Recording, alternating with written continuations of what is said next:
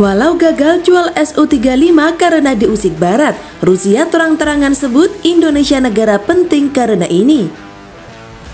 Bisa dibilang Indonesia dan Rusia adalah teman lama yang sudah memiliki hubungan diplomatik sejak zaman Presiden Soekarno. Hal ini juga terbukti dengan kerjasama militer di masa lalu, bahwa Indonesia pernah membeli beberapa jet tempur dari Rusia, seperti Su-27 dan Su-30. Bahkan sebenarnya kerjasama dengan Rusia ini pun masih berjalan. Menurut RIA Novosti tahun 2018, Indonesia tercatat sebagai pembeli Su-35 buatan Sukhoi Rusia. Namun sayangnya kesepakatan itu gagal terrealisasi pada tahun 2020, usai Indonesia menarik diri dari kesepakatan karena terancam sanksi CAATSA. CAATSA merupakan sanksi yang diberlakukan oleh pemerintah AS untuk menghukum negara yang melakukan transaksi dengan musuh AS seperti Rusia, Iran, dan Korea Utara. Hal ini membuat transaksi itu gagal diselesaikan oleh Indonesia. Meski demikian, rupanya Rusia tetap menganggap bahwa Indonesia sebagai mitra yang penting bagi negeri beruang merah. Menurut TASS, hal ini diungkapkan oleh Duta Besar Rusia untuk Indonesia, Lyudmila Vorobyova. Menurut situs berbahasa Rusia tersebut, ia mengatakan bahwa Rusia dan Indonesia memiliki banyak rencana yang sama dengan Indonesia pada tahun 2023.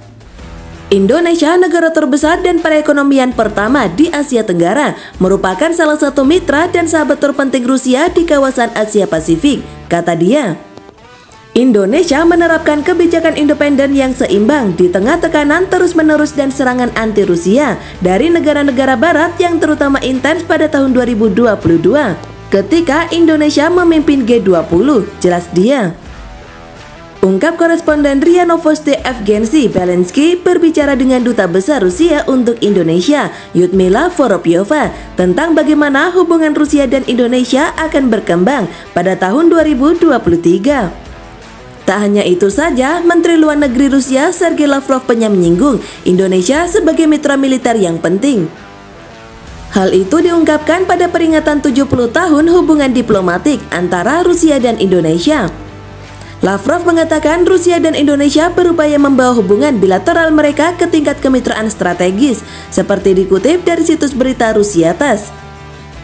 Agendanya adalah membawa hubungan kita ke tingkat kemitraan strategis. Kami terus bekerja penuh semangat dan tugas ini bersama-sama teman Indonesia. Agendanya adalah membawa hubungan kita ke tingkat kemitraan strategis. Kami terus bekerja penuh semangat dalam tugas ini bersama teman-teman Indonesia, ujarnya. Ia menegaskan saat ini Indonesia merupakan mitra penting Rusia di Asia Tenggara dan kawasan Asia Pasifik. Dialog rutin telah dilakukan di tingkat tertinggi dan tertinggi. Kerangka hukum yang kuat telah dibentuk dan elemen kuncinya tetap pada Deklarasi Landasan Hubungan Persahabatan dan Kemitraan di abad ke-21 yang ditandatangani pada tahun 2003. Lavrov mencatat orang Rusia mengenal Indonesia pada abad ke-19 ketika ekspedisi Angkatan Laut Rusia mulai mengunjungi pulau-pulau di Nusantara. Pada tahun 1894, konsulat penuh waktu Rusia pertama didirikan di Batavia. Seperti ditegaskan setelah proklamasi kemerdekaan Indonesia, pada tahun 1945 Uni Soviet memberikan segala dukungan yang mungkin kepada negara muda tersebut. Lavrov percaya bahwa rasa saling percaya antara Rusia dan Indonesia dan kontak rutin antara perwakilan kepemimpinan militer kedua negara bisa menciptakan situasi yang menguntungkan bagi pengembangan kerjasama teknis militer atau MTC bilateral. Tingkat rasa saling percaya yang tinggi menciptakan suasana yang mendukung untuk mendorong kerjasama militer dan juga teknis militer, katanya menambahkan. Pertemuan staf komando senior diadakan secara rutin, personal militer Rusia berpartisipasi dalam latihan gabungan di Indonesia, jelas Lavrov. Menurut Menteri Luar Negeri Rusia, Moskow dan Jakarta bekerja sama erat dalam bidang melawan ancaman keamanan.